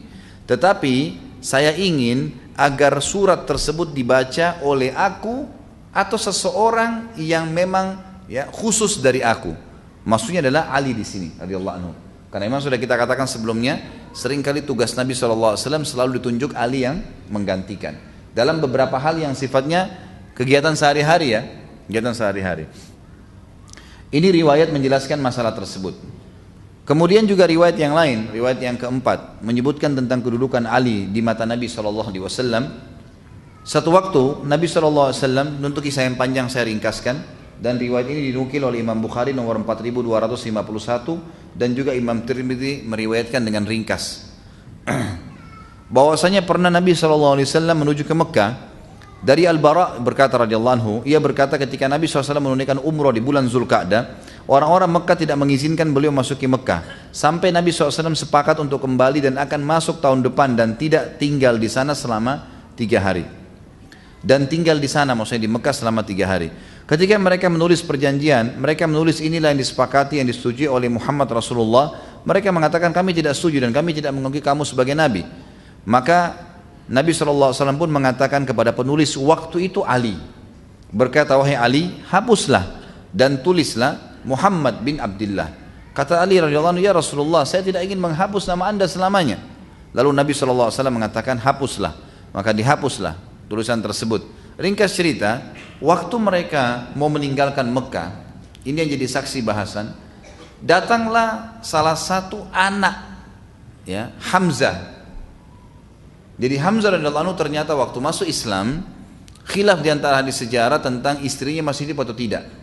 Tapi kemungkinan ada riwayat yang menjelaskan kalaupun hidup memang tidak beriman. Hamzah, Abdurrahman bin Auf, banyak sahabat-sahabat yang memang istrinya nggak ikut beriman, gitu kan. Anak-anaknya juga ditahan di Mekah. Cerita ini ternyata ada satu anaknya Hamzah yang masih kecil waktu itu, di bawah 10 tahun, waktu melihat Nabi SAW sedang menuju dekat Mekah dan dilihat dari jauh, dia berteriak mengatakan paman, paman, dia panggil Nabi SAW. Sebenarnya bukan paman ya, sepupunya, tapi anak ini tidak mengerti. Jadi rupanya dia tahu itu adalah kerabat si anak ini. Maka dia mengatakan paman, paman gitu. Lalu Nabi SAW berkata kepada orang-orang yang di sekitarnya, waktu itu kebetulan ada Ali, ada Ja'far saudaranya Ali, ya, yang meninggal di perang Mu'tah, gitu kan, radhiyallahu anhu majma'in, dengan Zaid bin Haritha. Zaid bin Haritha anak angkat Nabi SAW. Kata Nabi SAW, angkatlah keponakan kalian itu. Gitu kan. Maka Ali, Ja'far dan Zaid berebut ingin menggendong anaknya Hamzah. Gitu kan. Ingin menggendong anaknya Hamzah. Maka Ali berkata, dia adalah sepupuku dan aku yang lebih dulu tadi untuk menggendongnya. Lalu Ja'far berkata, dia juga sepupuku dan aku menikahi tantenya, karena Ja'far menikahi, ya, saudaranya, bukan saudaranya, sepupunya Hamzah, gitu kan. Jadi menikahlah dengan dekat satu sama yang lain. Kemudian Zaid berkata, dia ponakanku karena aku anak angkatnya Nabi, berarti aku lebih berhak. Mereka saling berebut karena Nabi kan tadi perintahkan gendonglah anak ini, gitu kan. Maka mereka berebut, mereka anggap itu sebuah fadilah. Disitulah keluar hadis Nabi SAW. Kebetulan waktu itu anak ini sedang dipegang oleh tantenya perempuan, yang kemungkinan kata ahli hadis tantenya ini yang menceritakan kepada si anak, itu sana kerabat ayahmu, gitu. Maka anak ini pun mengejar Nabi SAW. Maka pada saat itu kata Nabi SAW, keluarlah hadis yang masyhur, riwayat Imam Bukhari tadi sudah saya jelaskan, al-khalatu bimanzilatil saudara kandungnya ibu itu pengganti ibu. Dan ini ada hukum sendiri dalam masalah ini ya. Kalau ibu antum meninggal, maka yang menggantikan posisi ibu adalah saudara kandungnya. Itu wajib kita bakti dengan mereka. Jadi kalau di kedudukan dalam bakti, kalau orang tua kita meninggal, nomor 1 pengganti ibu adalah saudarinya ibu, bukan saudaranya ya. Biasa dikenal dalam bahasa Arab dengan khalah. Kemudian datang setelah saudarinya ibu, saudara kandungnya ayah, paman, silang ya, saudarinya ibu, posisi yang setelahnya saudara kandungnya ayah, paman. Kemudian datang setelah itu saudaranya ibu laki-laki, baru datang saudarinya ayah perempuan. Jadi ini posisi yang ulama mengatakan pengganti orang tua pada saat meninggal, yang lebih pantas untuk dibakti. Kata Nabi SAW, al-khalatu bimanzilatil tante, saudarinya, ibunya anak ini lebih pantas untuk memeliharanya. Kalian boleh menggendongnya tapi bukan membawanya ke Madinah. Lalu waqala li Aliyun, lalu Nabi SAW berkata kepada Ali, anta minni wa ana minka, saya bagian dari kamu, kamu bagian dari saya. Artinya kamu nggak usah pikir bawa anak ini atau tidak, tetap aja kamu akan hidup bersama saya. Waqala li Ja'far, dan Nabi SAW berkata kepada Ja'far, saudaranya Ali, ashbahta khalqi wa khuluqi, kamu juga nggak usah khawatir karena kamu orang yang paling mirip secara fisik dengan saya dan secara akhlak. Artinya gak usah berebut tentang anak ini, kamu juga punya kedudukan sendiri. Wa qala li Zaidin, dan beliau berkata sallallahu alaihi wasallam kepada Zaid bin Haritha, anak angkat Nabi, anta akhuna wa maulana, kamu saudara kami dan kamu adalah maulana. Maula ini istilah budak yang dibebaskan, gitu kan. Wa qala Aliun ala tatazawwaj binta Hamzah, wahai Rasulullah, Ali berkata, tidakkah anda menikahi anaknya Hamzah? Ternyata ada anak Hamzah perempuan yang sudah dewasa. Kata Ali, tidakkah anda nikahi anaknya Hamzah yang perempuan ini? Bukan yang baik, bukan yang kecil tadi ya, ada yang lain, gitu kan. Qala innaha ibnatu akhi minar radha'ah, sesungguhnya dia adalah ya, anak keponakanku dari susuan. Tapi saksi bahasan kita adalah bagaimana Nabi SAW mengatakan pada Ali, anta minni wa ana minka. Ada riwayat yang lain menunjukkan kedudukan Ali radhiyallahu anhu di mata Nabi SAW, dan itu subhanallah dinukil oleh Muawiyah bin Abi Sufyan. Ini keadilan ahli sunnah wal jamaah, kita mengangkat semua riwayat dan tidak ada yang kita benci. Muawiyah radhiyallahu anhu seorang sahabat yang mulia, dan juga ini masih sepupu Nabi SAW karena ayahnya Abu Sufyan. Ketemu tetap sama-sama di Quraisy, gitu kan. Banyak orang kadang-kadang tidak faham masalah ini, ya. Akhirnya mereka menganggap membenci sebagian dan mengkafirkan sebagian, gitu kan. Ini tidak benar, atau mencintai sebagian saja mereka. Muawiyah radhiyallahu anhu, pada saat terjadi perselisihan nanti yang kita sebutkan tentang perang Siffin di tahun 37 Hijriah di bulan Safar, Sa'ad bin Waqqas radhiyallahu anhu berkata kepada Muawiyah, mengapa engkau tidak mencela Abu Turab? Jadi ada cerita, sekaligus saya sampaikan sekarang. Salah satu kasus terbesar di kehidupannya Ali di zaman khilafahnya beliau adalah terjadinya perang Siffin. Siffin ini perang, Siffin sebuah lokasi di negeri Syam, di wilayah Syam. Waktu Utsman bin Affan terbunuh, dan sudah kita jelaskan di akhir hidup beliau terbunuh, di depan rumahnya Utsman radhiyallahu anhu, dan yang banyak masuk di dalam rumahnya Utsman itu jumlahnya orangnya, sebagian ahli sejarah mengatakan kalau bukan puluhan ratusan, dan tidak ditahu siapa yang membunuh Utsman secara khusus langsung, karena pada saat Utsman ada yang tusuk, yang lain pada ikutin nusuk-nusuk semuanya, jadi tidak jelas siapa. Tapi yang jelas yang membunuh Utsman adalah pengikutnya Abdullah bin Sabah. Siapa Abdullah bin Sabah? Pendiri pemahaman Syiah. Semua buku sejarah ahli sunnah menjelaskan dengan riwayat yang sahih, pembunuh-pembunuhnya Utsman adalah pengikutnya Abdullah bin Sabah. Nanti juga yang membunuh Ali pengikutnya Abdullah bin Sabah. Ya, ini semua orang-orang yang sudah jelas tersebar fitnah, gitu kan? Dan perlu diambil pelajaran teman-teman sekalian. Abdullah bin Sabah adalah orang Yahudi yang pura-pura masuk Islam. Dan kita punya lebih dari beberapa riwayat yang menjelaskan banyaknya orang Yahudi yang menyelip di tengah-tengah umat Islam untuk membuat kekacauan. Bukan sekarang ya, dari dulu. Bukan mustahil sekarang juga begitu. Banyak mereka menggunakan nama-nama Islam. Kalau antum belum pernah dengar, pernah ada dua orang Yahudi di zaman keemasan Mesir dulu, khilafah Mamalik namanya ya. Waktu Mongolia masuk, sehingga akhirnya banyak membantu umat Islam, rubuhnya dinasti Abbasiyah. Nanti kan ada kerajaan besar Islam namanya Mamalik berdiri di Mesir. Itu yang sempat membenteng ya suku Mongolia, akhirnya berhenti fitnah mereka, gitu kan. Di situ pada masa itu pernah terjadi ada dua orang Yahudi pura-pura masuk Islam dan tinggal di Madinah. Kisah nyata terjadi. Mereka dua orang ini dahinya hitam. Kalau sholat di saf pertama, paling rajin baca Quran dan paling suka bantu orang. Itu cirinya. Subhanallah, salah satu Raja Mamalik ini mimpi melihat Nabi SAW dalam mimpi dan cuma mengucapkan tolong saya, kalimat itu saja. Maka raja ini pun segera ke Madinah, besoknya berangkat mengumpulkan masyarakatnya, ada apa dengan kalian? Kok saya mimpi Nabi SAW bilang tolong saya? Apa yang saya akan tolong Nabi? Apakah kalian penduduk Madinah ini punya masalah karena kalian adalah tetangga Nabi SAW? Ada sesuatu? Kumpulkan keluarga-keluarga Nabi yang ada. Ada masalah dengan kalian? Gak ada. Pasti gak ada masalah? Gak ada masalah.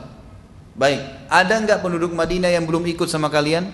Kata mereka ada 2 orang yang belum ikut. Dan itu orang yang paling terbaik di antara kami. Ini orang Yahudi ternyata. Lalu si raja ini bilang, pada satu saya tidak ingat namanya ya, tapi raja ini, riwayat ini masyhur. Raja ini kemudian pergi ke rumahnya 2 orang itu. Lalu duduk ngobrol, tidak ada sesuatu yang mencurigakan. Subhanallah, sebelum keluar dari rumahnya orang yang dianggap tadi orang alim, dahinya hitam, suka membantu kalau sholat di saat pertama, orang Madinah semua tahu ini orang terbaik kami.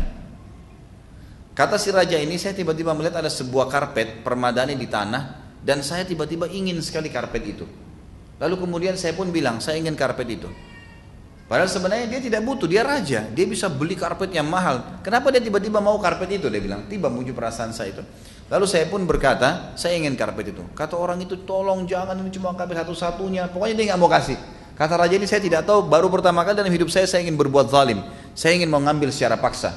Waktu ditarik ternyata di bawah karpet itu ada lubang, dan lubang itu ternyata menuju ke kuburan Nabi SAW. Tinggal 2 hari lagi mereka gali, itu sudah mereka bisa sampai ke kuburan Nabi SAW. Niatnya ingin mencuri jasadnya Nabi. Itu terjadi itu, dan itu sejarah Islam mencatat itu. Ada orang Yahudi yang seperti ini. Ada orang Yahudi, gitu kan? Bayangkan dia bisa dahinya hitam, orang yang paling baik, orang yang semua kedoknya munafik, gitu kan? Dan itu juga terjadi sebelumnya di Abdullah bin Sabah yang mendirikan pemahaman Syiah, pura-pura Islam. Dan terbongkar di kalangan para sahabat ditahu, dan yang membunuh Abdullah bin Sabah adalah Ali radhiyallahu anhu. Karena memang dianggap dia mengaku Ali sebagai Tuhan. Waktu ditangkap dia sebarkan fitnah bahwasanya Ali lebih baik daripada Abu Bakar dan Umar serta Utsman. Lalu ditangkap oleh Ali. Dia bilang, apa kau bilang itu? Dia bilang, iya, saya yang bilang itu. Kata Ali, kau harus bertobat karena tidak pernah saya lebih baik daripada ketiganya. Lalu kata dia, saya tidak mau bertobat. Kata Abdullah bin Sabah, saya tetap anggap kau yang terbaik, karena itu memang fitnahnya dia. Itu memang fitnah. Dia tahu dengan menyebarkan fitnah dengan seperti ini, Ali adalah turunan Nabi, keluarga Nabi, dengan menggunakan nama keluarga Nabi, orang akan fanatik nantinya, dan muncul betul pemahaman itu kan. Maka kata Ali, kalau kau tidak mau taubat, maka saya akan membunuhmu. Kisos. Dia bilang, kalau kau bunuh saya berarti kau adalah dia, kau adalah Tuhan. Menyebarkan fitnah yang lebih besar lagi. Sama Ali dibunuh. Gitu kan? Sama Ali dibunuh.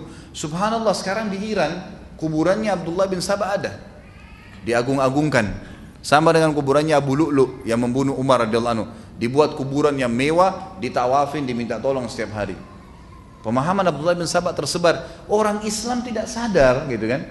Kita tidak sedang membahas individual ya. Individual teman-teman kita yang di Iran, semoga Allah kasih hidayah, banyak yang tidak tahu, lahir dalam keadaan pemahaman itu. Tetapi orang tidak faham bahwasanya umat ini sedang diserang dari dalam dan banyak, terutama kalangan orang Yahudi. Pemahaman Abdullah bin Sabah sekarang tersebar, itulah pemahaman Syiah yang banyak dari orang Yahudi asalnya. Dari orang Yahudi asalnya. Allahu a'lam.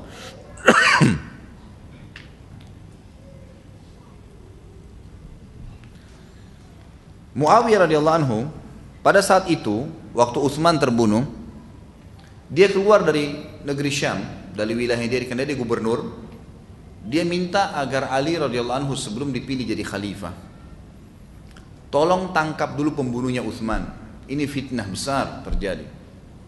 Jangan biarin ini terjadi. Setelah Utsman pembunuhnya ditangkap, kami akan baiat. Ini yang disepakati Ahlussunnah wal Jamaah, disebutkan dalam hampir semua buku-buku sejarah kita, hampir semua buku-buku hadis kita menukil riwayat ini. Mengatakan bahwasanya Muawiyah waktu itu tidak ingin memerangi Ali. Lalu kemudian Ali pun keluar ke negeri Syam, niatnya untuk berdiskusi dan berdialog dengan Muawiyah, dan itu jelas dalam suratnya Ali yang mengatakan, wahai Muawiyah, kau baiat dulu aku. Setelah itu kita cari pembunuhnya Utsman, karena kalau tidak ada pembaiatan bahaya. Nggak ada khalifah, susah untuk menangkap siapa pembunuhnya. Pembunuhnya banyak ini, pembunuhnya banyak, gitu kan? Akhirnya kedua belah pihak sepakatlah dengan itu. Dari pihak Muawiyah ada Amr bin As, sahabat Nabi juga jadi perantaranya, dan dari pihak Ali juga ada orang-orang yang diutus oleh Ali radhiyallahu anhu untuk berbicara dan dialog. Setelah mereka sepakat, dan mereka sepakat setelah dibaiat Ali resmi, maka barulah pembunuhnya Utsman ditangkap. Pembunuh-pembunuh Utsman ini tahu bahwasanya ini akan, kalau terjadi kesepakatan, akan terbunuh mereka. Dan nanti akan saya jelaskan, sebelumnya ada perang Jamal. Nanti akan ada perang Jamal, kita akan bahas insya Allah. Maka Sebelumnya juga sama, mereka buat kekacauan. Pengikutnya Abdullah bin Sabah ini memang mengacaukan di dalam. Mereka pada saat Ali sama Muawiyah sudah mau sepakat, maka mereka pagi hari membuat pasukan menyerang, melempar anak panah ke kemahnya Ali, dan di kemahnya Ali juga dilempar panah ke kemahnya Muawiyah. Padahal ini kelompok ini saja. Akhirnya keduanya berperang.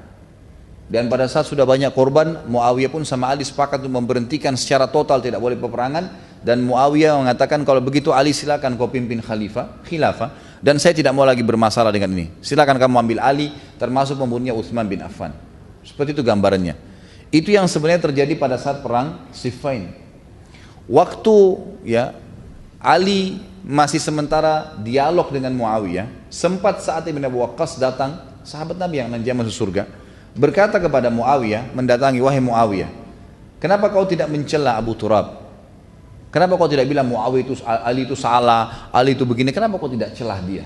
Dan ini pemahaman yang real, riwayat yang sebenarnya. Memang dalam pemahaman ahli sunnah wal jamaah, sahabat tidak saling mencaci maki. Bagaimana bisa sekarang ada orang yang datang mencaci maki sahabat-sahabat ini dan menyalahkan mereka? Apa kata Muawiyah? Saat menjawab, mengapa kau tidak celah Abu Turab? Saat menjawab, mohon maaf, Muawiyah menjawab, selama aku teringat 3 perkara yang diucapkan Rasulullah SAW kepada Ali, maka aku tidak akan pernah mencelahnya, tidak mau menyalahkannya. Hanya saja aku ingin menuntut haknya sepupuku, karena Muawiyah sama Utsman sepupu, ibu sama ibunya saudara, gitu kan. Saya hanya mau nuntut darahnya sepupuku, ditangkap pembunuhnya baru. Tapi selama saya tahu riwayat ini, artinya saya tidak akan mungkin menyalahkan Ali. Saya tidak mau ribut dengan khilafahnya Ali. Saya hanya tuntut darahnya Utsman. Jadi memang ini pemahaman Ahli Sunnah yang sebenarnya. Seandainya aku, kata Muawiyah, selama aku mengingat 3 hal perkara yang diucapkan Rasulullah SAW kepada Ali, maka aku tidak akan pernah bisa mencelahnya dan aku tidak akan pernah mau menyalahkannya. Seandainya aku memiliki salah satu saja dari 3 itu, aku pasti lebih suka daripada unta merah, kata Muawiyah. Jadi Muawiyah sendiri dalam posisi memuji Ali radhiyallahu anhu, tidak permasalahkan masalah khilafahnya. Dia mengatakan, aku mendengar beliau berkata kepada Ali, tidakkah kau ridha hai Ali mendapatkan kedudukan Harun di sisi Musa, hanya di sisiku, hanya saja tidak ada nabi setelahku. Kalau seandainya, kata Muawiyah, hadis ini disebutkan kepadaku, maka aku lebih suka daripada seluruh dunia. Tapi itu Ali yang mendapatkannya, maka aku tahu Ali lebih afdal daripada aku. Yang kedua, aku mendengarkan Nabi SAW juga bersabda di perang Khaybar. Nanti kita jelaskan di kancah peperangan Ali, la utiyanna rayata rajulan yuhibbullaha wa rasulah wa yuhibbullahu wa rasuluh, qala fatatawalna laha faqala ud'u li aliyan. Nanti akan riwayat panjangnya ya. Aku menyerahkan panji kepada seseorang besok, jadi setelah mengepung Khaybar selama 43 hari dan belum menembus Khaybar, maka Nabi SAW mengatakan, aku akan memberikan panji kepada seorang laki-laki yang mencintai Allah dan Rasulnya, dan Allah dan Rasulnya juga mencintainya. Maka keesokan paginya Nabi SAW memanggil Ali, dan ini sebuah fadilah. Muawiyah mengakui itu. Yang ketiga adalah ketika turunnya firman Allah, Ali Imran ayat 61, a'udzubillahi minasyaitonirrajim, faqul ta'alu nad'u abna'ana wa abna'akum, al-ayah. Katakanlah hai Muhammad, waktu Nabi SAW disuruh bermubahala namanya, mengajak ahli kitab, orang-orang Yahudi yang ada di Madinah, ayo kita mubahala. Mubahala itu tanding, bukan tanding sebenarnya ya, jadi saling ngadu argumen. Ayo kita bermubahala, kita berkata, ya Allah, siapa yang benar berikanlah dukungan, siapa yang salah turunkan azabmu dari langit. Dan mubahala ini diperintahkan oleh Allah SWT kepada Nabi SAW untuk mengajak keluarganya duduk, dia, istrinya, anaknya, gitu kan. Kemudian siapapun orang-orang pendeta Yahudi yang mengaku dirinya benar, duduk juga dengan istrinya, anaknya, ya kan. Kemudian mereka bermubahala, minta kepada Allah siapa yang salah dihukum dari langit. Tapi itu orang Yahudi tidak berani, mereka tahu Nabi SAW benar, gitu kan. Kata Muawiyah, waktu turun firman Allah tentang masalah mubahala ini, maka Rasulullah SAW memanggil Ali, Fatimah, Hasan dan Husain, gitu kan. Lalu beliau bersabda, Allahumma haulai ahli, ya Allah, mereka ini bagian dari keluargaku. Tapi di sini ada Ali radhiyallahu anhu. Posisinya Ali radhiyallahu anhu. Jadi ini beberapa riwayat yang menunjukkan kedudukan Ali di mata Nabi SAW. Poin yang ke-10 kelebihan Ali adalah Ali radhiyallahu anhu berkorban untuk Nabi SAW. Dan kita sudah tahu kisahnya waktu Nabi SAW akan hijrah ke Madinah. Ya, tentu di sini cukup panjang kisahnya, tapi saya akan ringkaskan.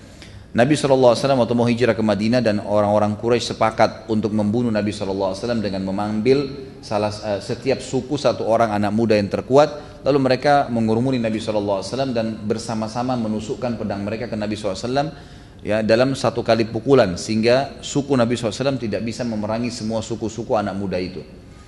Waktu itu Nabi SAW menyuruh, ya, Ali radhiyallahu anhu untuk tidur di ranjangnya dan menggunakan selimut Nabi SAW dan menutup seluruh tubuhnya. Artinya apa di sini? Pengorbanan, ya, pengorbanan. Kalau Ali cuma tidur di ranjangnya tidak pakai selimut, kan orang Quraisy bisa tahu, oh ini Ali. Tapi enggak, memang sengaja dibuat seperti dia Nabi. Waktu Nabi SAW pergi, ringkas cerita, maka orang-orang Quraisy pun masuk, ya, ke tempat tidur tersebut. Untungnya dengan hikmah Allah SWT mereka tidak langsung menghantamkan pedangnya. Mereka mengetahui selimut Nabi SAW, mereka mengetahui tempat tidur Nabi SAW. Waktu itu mereka membuka selimut tersebut dan mereka kaget menemukan empat tersebut. Dan Ali berkata, segala puji bagi Allah yang telah membuat amanah ini aku jalankan. Jadi ini termasuk masalah kezuhudan. Beliau tidak ambil sedikit pun dari harta itu. Disebutkan dalam riwayat yang lain, pada saat beliau memimpin, beliau sempat memindahkan kepemimpinan dari Madinah ke Kufah. Khilafahnya beliau di Kufah, di Irak. Dan di Kufah telah dibangun oleh masyarakat Kufah istana yang besar untuk beliau. Pada saat beliau melihat istana tersebut dengan singgasananya, Ali cuma disuruh masuk untuk jadi raja saja di situ, gitu kan. Maka Ali pun berkata pada saat itu, istana kesombongan, aku tidak akan pernah tinggal di tempat seperti ini. Lalu Ali lari seperti dikejar oleh hewan buas dari istana itu maksudnya. Jadi Ali nggak mau, dia tetap tinggal di rumahnya saja.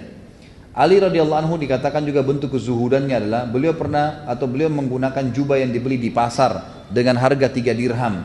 Dia mengendarai keledai dan dia berkata, biarkanlah aku menghinakan dunia ini dan jangan gantikan aku dengan yang lainnya. Imam Ahmad bin Hanbal berkata, khilafah tidak bisa berimbang dengan Ali. Sebaliknya, Ali juga tidak bisa berimbang dengan khilafah. Artinya Ali terlalu mulia untuk menjadi seorang khalifah. Kalau ada tingkatan di atas khalifah, maka tentu dia lebih pantas. Sufyanus Tsauri rahimahullah berkata, Ali tidak membangun sebuah bata, tidak pula kayu di atas sebuah bata, sekalipun biji-bijiannya didatangkan dari Madinah dalam sebuah kantong. Artinya Ali tidak pernah bangun rumah selain rumah yang dia miliki dari tanah liat, tidak pernah dari kayu ataupun dari batu, tidak pernah. Dan beliau tidak pernah minta pesan secara khusus, bolong datangkan dari Madinah biji-bijian ini, kurma ini, saya pengen makan, tidak pernah. Apa yang ada tuh dimakan sama dia. Juga disebutkan yang lain, Ali berkeliling di pasar-pasar sambil membawa tongkat, dan dia selalu berkata kepada orang-orang yang dilewatin, bertakwa